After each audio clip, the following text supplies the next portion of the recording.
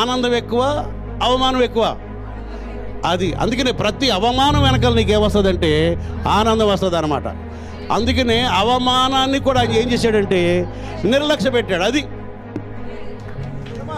అందుకనే నీ అవమానం అనేది పర్మనెంట్ కాదు, కానీ దాన్ని భరించాలంటే దైవశక్తి కావాలి.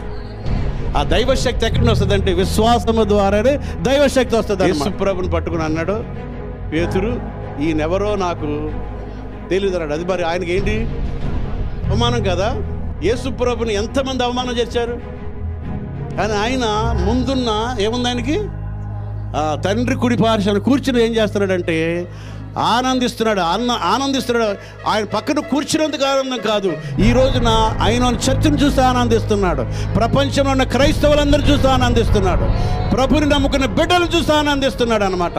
ఆయన అవమానములు ఏం చూశాడంటే ఆనందాన్ని చూశాడు. నీకు కావలన నేడే యేసు